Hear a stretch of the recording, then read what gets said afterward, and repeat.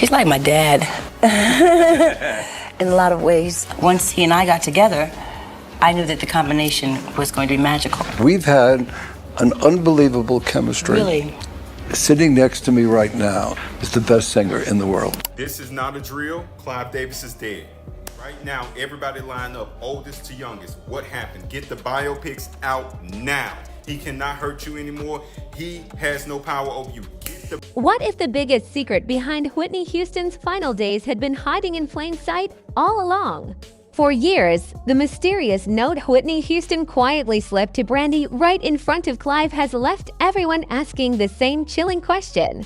Just hours later, Whitney was found dead inside her hotel room, turning that handwritten message into one of Hollywood's most talked about mysteries. Now that Clive Davis is gone, many believe the truth about that note could finally come out. Rumors are already swirling that a revealing documentary about Clive Davis is on the way, especially as more artists appear ready to speak about what they allegedly experienced under the so-called godfather of the music industry. Brandy once promised she would never reveal what was written in that note. But now, with nothing left to fear, she is reportedly breaking her silence, claiming the message points to foul play surrounding Whitney Houston's death. So let's dive straight into this shocking story, because hardly anyone expected this day would ever arrive. Whitney Houston. Now, I knew you had a connection to her, but I didn't realize, and you write in the book, that shortly before her death, you had a lengthy phone call with her. I did. What was that call? It mattered so much to me because I got a chance to tell her everything I hadn't told her, just how much she inspired me, how much I loved her, her impact in my life. And yeah, it was an emotional conversation. I didn't know it was going to be my last time speaking to her. Clive Davis is officially gone, and his death has reignited one of the most controversial conversations in the music industry. His publicist confirmed that the legendary executive passed away at his Manhattan, New York home after battling respiratory illness. His family honored him as a visionary whose instincts, unmatched drive, and dedication transformed the soundtrack of generations. They praised him for discovering, mentoring, and championing some of the biggest artists in modern music history, leaving behind a legacy they believe will never fade. Yet despite living to 94 and reportedly passing peacefully, reactions have been anything but simple. While many choose to respect his legacy for introducing countless stars to the world, others remember a far darker reputation. Critics have long accused him of helping create an industry where artists were exploited while executives became richer. Many point to stories involving groups like TLC and Toni Braxton, who struggled financially despite massive success. Some even claimed Clive Davis caught Sean Combs' every trick about controlling power in the record business, intimidating rivals, and keeping artists dependent. According to this narrative, Brandy eventually realized her mentor, Whitney Houston, had also suffered after crossing paths with Clive Davis. Their relationship began in 1983 after he discovered Whitney Houston at the Sweetwater nightclub and signed the 19-year-old singer to Arista Records. At first, he presented himself as her trusted mentor and played a major role in introducing her to the right people while helping launch the remarkable career that followed. Together, they carefully crafted Whitney Houston's self-titled debut album, and the record exploded into a worldwide phenomenon, selling more than 25 million copies across the globe. Whenever Whitney Houston spoke about Clive Davis, she admitted they constantly clashed over which songs deserved to be released. Their creative battles were real, and neither backed down easily. Even so, she still described him as her industry father, giving him credit for the guidance, experience, and business wisdom that helped shape the early years of her extraordinary career. What was it? What did you see in him? What made him different? Why Clive Davis? Wisdom. Yeah. Wisdom, his know-how. For a lot of artists, I wanted the guidance. I wanted to know, what made a hit record, and what made me, special, and it could be any song. But as Whitney Houston became far bigger than either of them ever expected, Clive Davis's industry expertise slowly turned into something that seemed to limit her freedom instead of supporting it.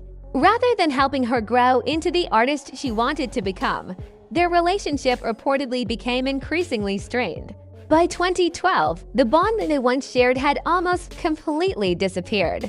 At that point, there were only a handful of people Whitney Houston truly trusted, and Brandy was one of them. The two first met in 1995 and quickly developed a close connection, with Whitney proudly taking on the role of Brandy's mentor. Their friendship became so strong that Whitney personally made sure Brandy starred as Cinderella in the 1997 television movie, allowing her to play Brandy's fairy godmother while spending even more time together. So when Whitney unexpectedly arrived during Brandy's interview with Monica and Clive Davis, everyone assumed she had simply come by to show support. Instead, Whitney focused most of her attention on Monica and Clive Davis, casually mentioning that she had nearly drowned earlier that day before quietly slipping a handwritten note to Brandy and embracing Clive Davis. Moments later, Whitney even asked her daughter, Bobby Christina, to give Clive Davis a hug, seemingly creating the perfect distraction so Brandy could secretly read the note and react without him ever noticing. I stopped it. I love you. Okay, 12 today is for you. 12 today. I have to.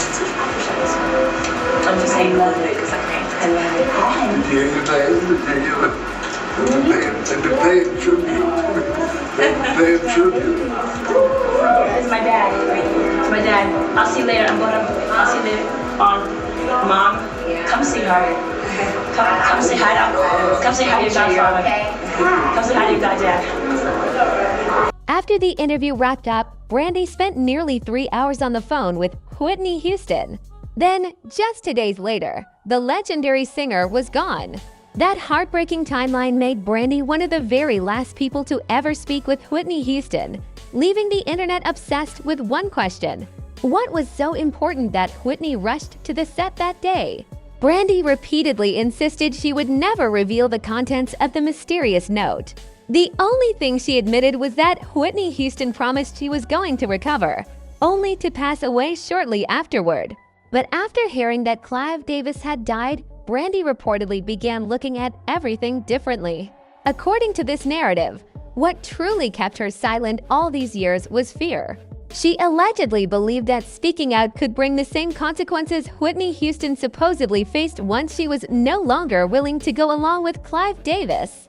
In that 1995 meeting in Beverly Hills in the home of Clive Davis, who was responsible for the murder of Whitney Houston, I said it. His days are numbered. When Brandy sat down for that interview in 2012, she and Monica were preparing to reunite with their new collaboration, It Belongs to Me. At the time, Monica still maintained a close professional relationship with Clive Davis and reportedly wanted his approval before stepping into the studio with Brandy. Reports also claimed Clive Davis agreed to the collaboration and interview because he hoped to strengthen his connection with Brandy and possibly convince her to sign with one of his record labels. According to this story, Whitney Houston learned about the situation almost immediately, rushed over without hesitation, and went straight to Brandy with an urgent warning. That mysterious note allegedly told Brandy to stay away from Clive Davis and never look back unless she wanted to end up trapped in a contract and career she never truly wanted.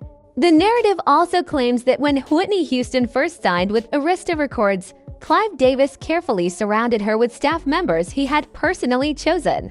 While he reportedly presented them as trusted professionals there to help launch her career, critics believed many of them were ultimately loyal to him before anyone else. According to these allegations, although Clive Davis wanted Whitney to become successful and profitable, he never wanted her to gain more control than he could manage. The story even points to 1987, when Michael Jackson reportedly invited Whitney Houston to record I Just Can't Stop Loving You with him for his Bad album. Whitney was said to be excited about the opportunity because they were close friends. Rumors of a romance surrounded them, and fans believed a duet between two superstars of that caliber would have become an instant worldwide smash. The story took another dramatic turn when Arista Records reportedly shut down the duet. insisting scheduling problems made it impossible. Later, Whitney Houston again wanted Michael Jackson to join her on If I Told You That, and reports claimed he was eager to do it. Yet somehow, the collaboration collapsed once more, with Arista again pointing to scheduling conflicts and leaked information.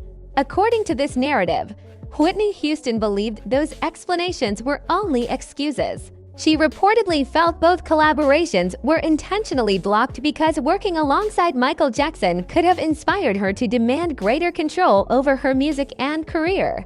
After all, Michael Jackson not only wrote many of his own songs, but also owned his master recordings, something almost unheard of for artists of his generation.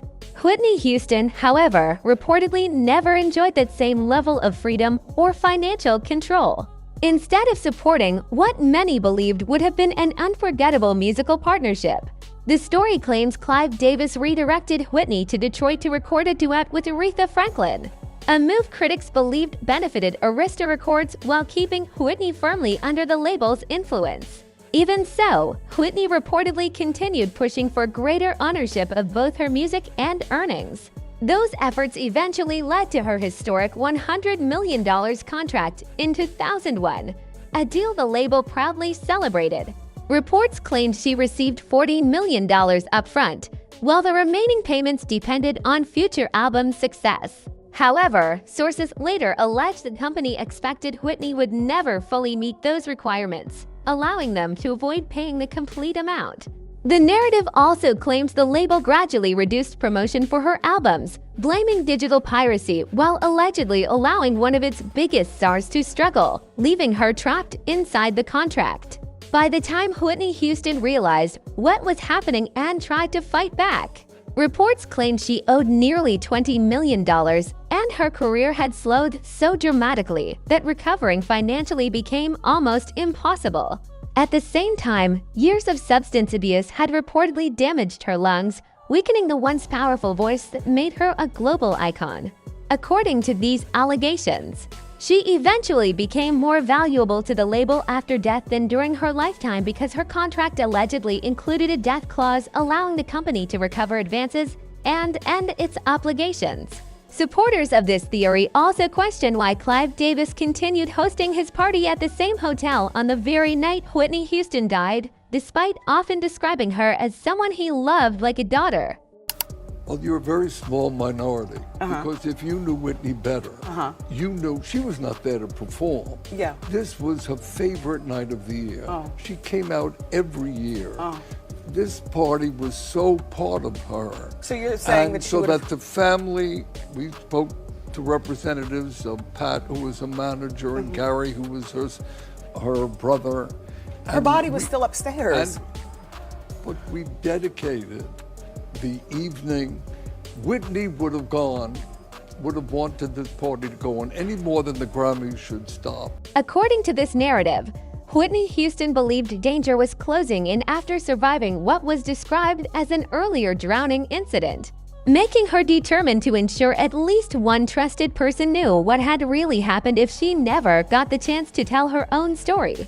Supporters of this theory argue that the controversy surrounding Whitney became the one scandal Clive Davis could never escape because it allegedly exposed the darker side of his influence over her career and parts of the music industry.